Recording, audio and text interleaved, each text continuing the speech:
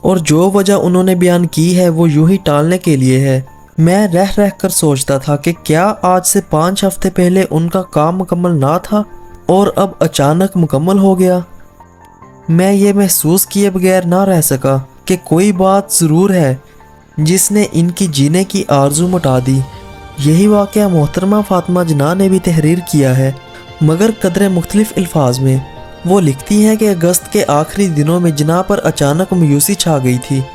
ایک دن میری آنکھوں میں غور سے دیکھتے ہوئے انہوں نے کہا، فاطی، اب مجھے زندہ رہنے سے کوئی دلچسپی نہیں، میں جتنی جلد چلا جاؤں اتنا بہتر ہے۔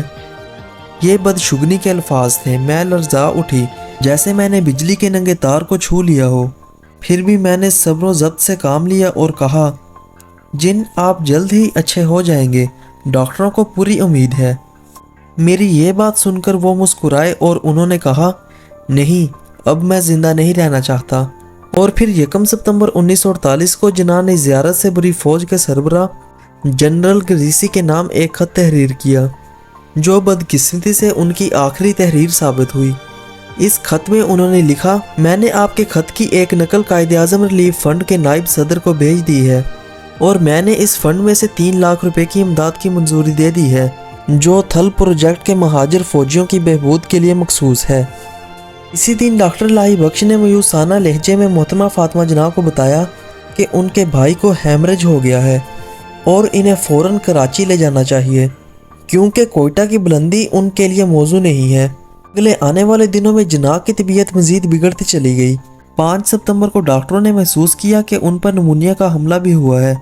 ڈاکٹر الہی بخش نے امریکہ میں پاکستان کے سفیر مرزا ابو الحسن اصحافی کو لکھا کہ وہ جناح کے لیے چند ڈاکٹروں کو بھجوا دیں۔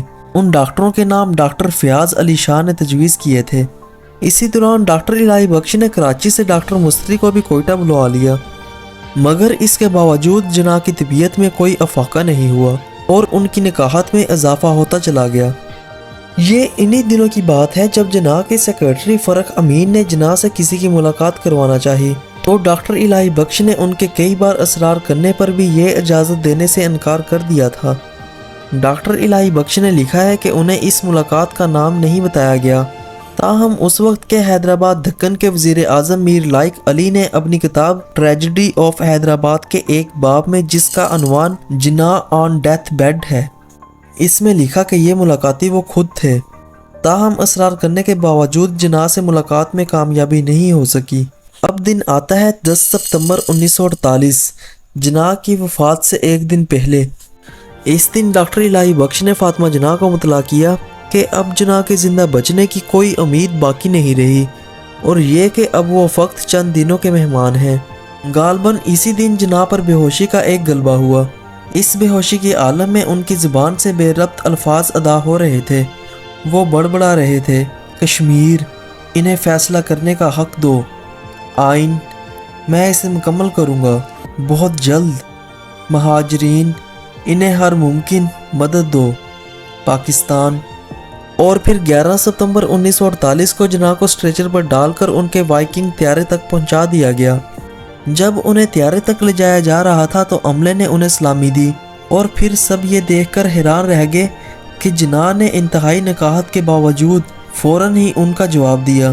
ان کے ہاتھ سے یہ محسوس ہوتا تھا کہ انہیں بستر مرگ پر بھی نظم و ضبط کے تقاضوں کا مکمل احساس تھا۔ کوئٹہ سے کراچی تک کا سفر 2 گھنٹوں میں طے ہوا۔ اس دوران جناح بڑے بے چین رہے، انہیں بار بار آکسیجن دی جاتی رہی۔ یہ فرض کبھی فاطمہ جناح اور کبھی ڈاکٹر الہی بخش ادا کرتے رہے۔ ڈاکٹر مستری نرم ڈنہم، نیول ADC لیفٹیننٹ مظہر احمد اور جناح کے اسسٹنٹ پرائیویٹ سیکرٹری فرخ امین بھی اس طیارے میں سوار تھے۔ طیارہ جناح کو لے کر سپہر 4:15 بجے ماری پور کے ایئرپورٹ پر پہنچا۔ جناح کی ہدایت پر انہیں لینے کے لیے آنے والوں میں نہ حکومت کا کوئی اہم کارکن موجود تھا، نہ ہی ضلعی انتظامیہ ان کی آمد سے باخبر تھی۔ ایئرپورٹ پر ان کے خیر مقدم کرنے والوں میں گورنر جنرل کے ملٹری سیکرٹری لیفٹیننٹ کرنل کے علاوہ اور کوئی بھی نہ تھا۔ گورنر جنرل کے سٹاف نے انہیں اسٹریچر پر ڈال کر فوجی ایمبولینس میں منتقل کیا۔ فاطمہ جناح اور فلس ڈنہم ان کے ساتھ بیٹھ گئیں، جبکہ ڈاکٹر الہی بخش، ڈاکٹر مستری اور کرنل جناح کی کیڈیلیک کار میں سوار ہو گئے۔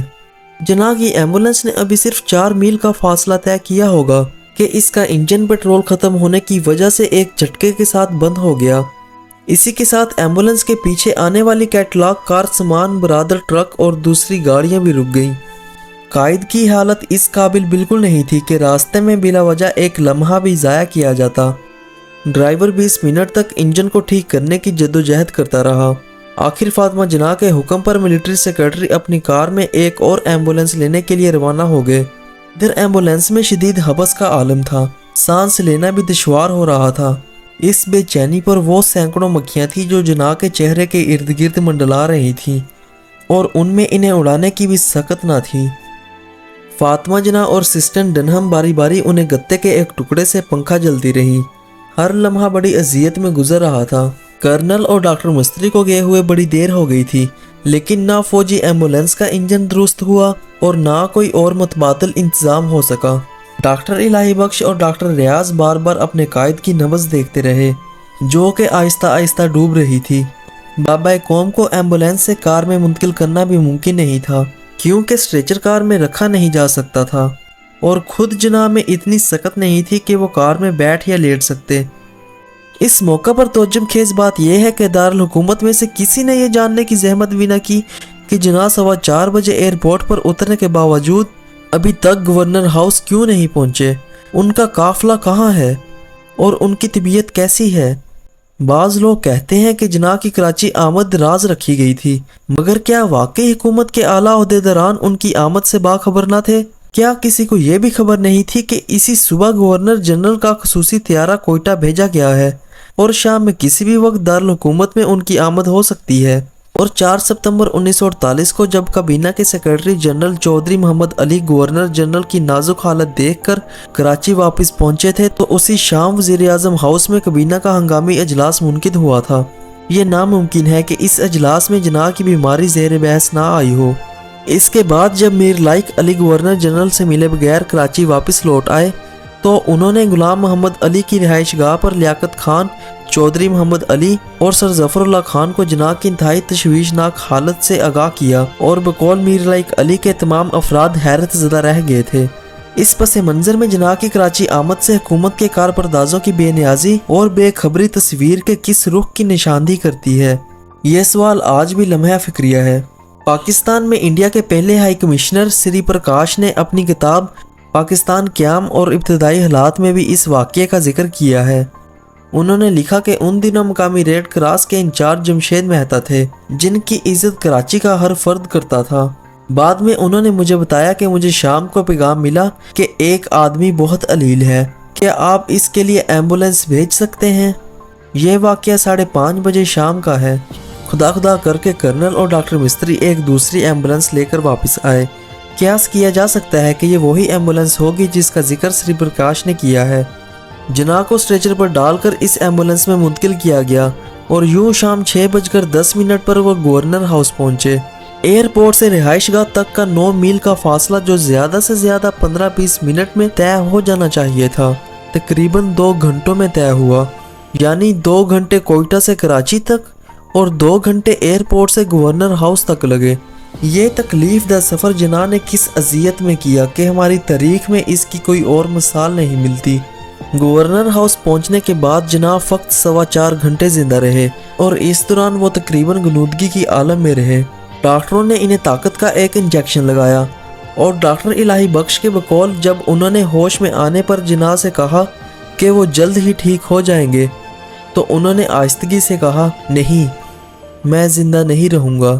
ڈاکٹر الہی بخش کے مطابق یہ قائد اعظم محمد علی جناح کے آخری الفاظ تھے۔ ڈاکٹر ریاض علی شاہ نے لکھا ہے کہ جناح کے آخری الفاظ اللہ پاکستان تھے، جبکہ فاطمہ جناح مائی برادر میں لکھتی ہیں، جناح نے 2 گھنٹے کی پرسکون اور بے خلل نیند کے بعد اپنی آنکھیں کھولیں، سر اور آنکھوں سے مجھے اپنے قریب بلایا اور میرے ساتھ بات کرنے کی آخری کوشش کی۔ ان کے لبوں سے سرگوشی کے عالم میں نکلا، فاتح، خدا حافظ، لا الہ الا اللہ محمد الرسول اللہ۔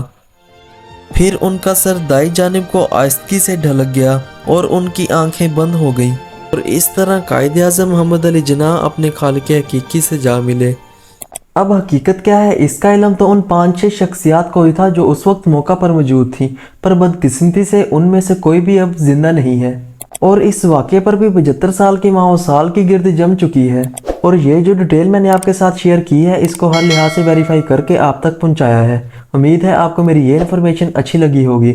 ملتے ہیں بہت جلد ایک نئی انفارمیٹیو ویڈیو کے ساتھ۔ دیکھتے رہیے سچ بائے AV۔ اللہ حافظ۔